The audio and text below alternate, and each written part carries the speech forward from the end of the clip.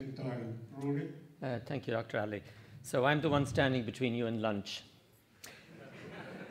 Fortunately, the diuretic effects of coffee are going to limit how long I can speak up here.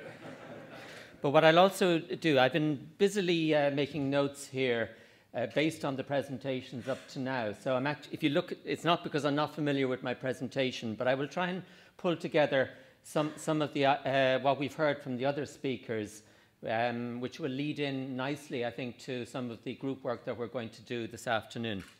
So firstly, Your Excellency, Federal Minister for Health and distinguished visitors. And I'd like to thank the organisers, particularly because I actually asked, could I speak at this? And the reason is that it's important that you, particularly as Sudanese doctors in Ireland, but also our distinguished guests from Sudan, know that we've actually been doing a lot of work in this area. We've been doing research, and we have actually been meeting at a high level within the Irish Health Services to bring up the issues that you are presenting and will be discussing further about today. I have a history in this with Dr. El-Sheikh Badr because he and I sat on the global council that helped to draft a global code on health worker migration. And we ran a conference in February devoted particularly to the issue of the health workforce, a global conference. As I'll touch upon, we've actually talked with the Chief Executive of the HSE, Cathal McGee, about some of these issues. So what I will touch upon, if I hit the right slides, here we are. These are the 3 points I'll draw upon. Some data on trends in doctor migration to Ireland. You have a handout in your packs which you can draw on. The stats are in there, so I won't spend too long on the stats. I'll touch on the global code as well, and I'll explain why. But what I want to end up with are some of the ways in which we can maybe build a partnership between Ireland and Sudan that will be beneficial to both countries. So firstly, here are some of the stats. It's in your packs. What you see in blue there are the proportion of doctors registered to practice in Ireland who trained in Ireland. It's getting smaller, and what you see in green are the proportion who trained outside of the EU. And here, I don't know if you can see it, you may have difficulty seeing it. I think the importance of trends, you've already seen some cross-sectional data. The importance of trends is to see how quickly the upward trend is for Ireland in terms of its reliance on doctors who've trained outside of Ireland and outside of the EU in particular. So we are on the way to becoming the largest, the country most reliant on foreign trained doctors. And as Ogena said, we did work some years ago that actually showed Ireland has twice the proportion of foreign trained nurses as any other country, or had in 2008. Because I think, as our last speaker really pointed out, we can't assume that all the foreign doctors and nurses who came here will stay here, and many of them are departing. And an important point that was brought out by a number of speakers is our information is inadequate. We don't have good data sources. But I just put up this one. It's based on the same data, 2000 to 2010, and it shows between 3 and 4 times greater number of foreign trained doctors working in Ireland over the last 10 years, up to 2010. And the proportion of foreign trained doctors rose from 13% to 33%. So what we're seeing is Ireland is becoming very heavily reliant on foreign trained doctors. Now, in the media, most of the attention has been on Pakistan and India, because that's where we've done the active recruitment. But we are seeing a phenomenon of an increasing trend towards relying more and more on doctors who have trained in Africa. Now, there's a really strange outlier there, which is South Africa.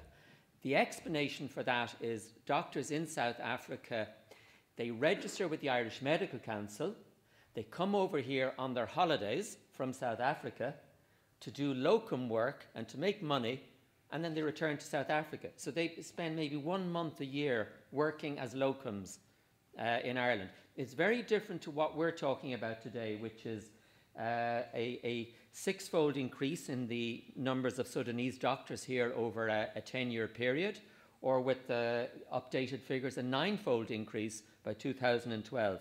But we're also seeing many doctors from Nigeria as well. And they're the figures based on 2000 to 2010. So that's in your packs. I won't dwell on that, except to say that Sudanese doctors are increasingly important to the Irish health services. Now, when you mention the Global Code to people, what they think of is recruitment, active recruitment or passive recruitment. They think mainly, if they haven't been really sort of immersed in the Global Code, like Dr. Bader and myself, they think that's all it's about. And you know, we can say in Ireland, well, actually, we've not been doing active recruitment in Sudan. But the Global Code is about far more than that. It's about health workforce development and health system sustainability. And I think it really, in many ways, this, you could say, is perhaps the most important thing in the code, because if every country took this seriously, you wouldn't have this massive recruitment from low-income to high-income countries that we've been seeing. And I think some of the reasons why this is the most important element of the Code to Ireland have been very nicely outlined by the last speaker there, Dr. Narayana. Speaking too quickly. But that's not what I want to talk about here. Fair treatment of migrant health personnel. Nuha has got some very nice data from the study she did on Sudanese doctors in Ireland, and we're doing now a study on all foreign doctors in Ireland. Ella Tyrrell from Trinity, myself and other colleagues in Trinity. An important issue, but this is the one that I want to really pick on in my presentation as a pointer to this afternoon, and it's one which the Minister touched on at the beginning. And here are two questions that I would ask us to look at. What steps can we jointly take in Ireland that will bring benefits to the Irish health services and to Sudan over the longer term? And secondly, what steps can we jointly take in Sudan that will bring benefits to the health of the people of Sudan and enable Ireland to fulfil its international obligations under the Global Code? On that second point, we'll hear some presentations this afternoon, including from Eric O'Flynn from the RCSI COSEX initiative, but from many others as well. And I'll come back to this in the last slide. This is my second last slide. But a lot of people have touched on the issue of data gathering, reporting and research. And I do recollect I kept hammering on about this when we were on the Global Policy Migration Council.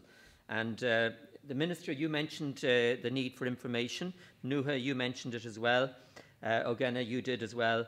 I think it highlights something that we should also look at, which is what's the potential for collaboration between Irish researchers with Sudanese researchers, with the Sudan Medical Association, and with the Human Resources for Health Observatory in Sudan to look at both sides of the picture, because we at the moment are researching as a destination country the phenomenon of foreign doctors, as we did with foreign nurses in Ireland. But we need to look at both sides of the coin.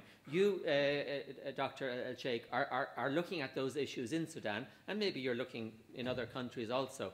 We want to look at both sides of the coin, and I think that's an area in which we could collaborate. But for the final slide here, one might have thought when one sees this slide that I must have sat down with the Minister and with Dr. El-Sheikh Bader and others to make some of these suggestions, but that is not the case. We're coming at something which I think you in the Observatory have been looking at for longer, but we also looked at it in the Global Code. So we're going to hear some presentations this afternoon, and I think a lot of people here are interested in the whole area of what's the technology and training needs in Sudan, which we in Ireland would be in a position to support. We'll hear about the COSEX initiative. I'm involved in running a training program to train other cadre, You mentioned paramedics. Well, they're clinical officers, medical assistants, and we're training them in Malawi and Zambia to undertake surgery, and we're running it as a randomized controlled trial. So there's a lot of scope for collaboration in these areas.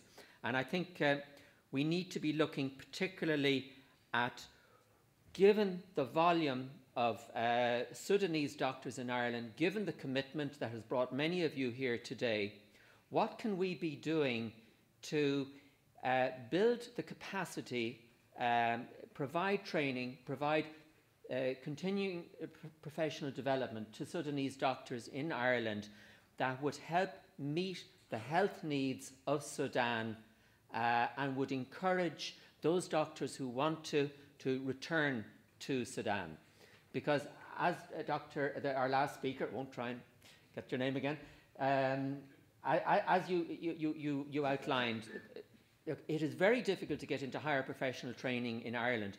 What we don't want is a large number of foreign doctors in non-training posts in Ireland who are not getting useful training, capacity building that would enable them to contribute to the health of the countries that they have come from, the return migration that we should encourage. Now, I believe when we meet on Monday with a delegation from Sudan, with Professor Sean Tierney from RCSI and others, we can begin to look at what are some of those practical steps which the training bodies can do. And I know this is something which you've cared passionately for a long time.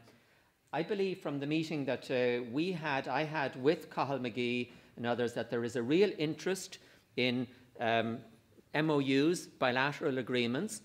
At the moment, the HSE is very focused on, we're actively recruiting doctors from Pakistan. But if we're going to build up a partnership, it would be far easier to do it with a country like Sudan, which has a real interest and commitment that has brought such a high-level delegation to Ireland for this conference. So I think there's a lot of interesting stuff for us to discuss this afternoon, and hopefully to take forward on Monday morning when we have this meeting in Dublin. So I hope I have kept you from your lunch for a sufficiently good reason. And I'll hand over to our co-chair.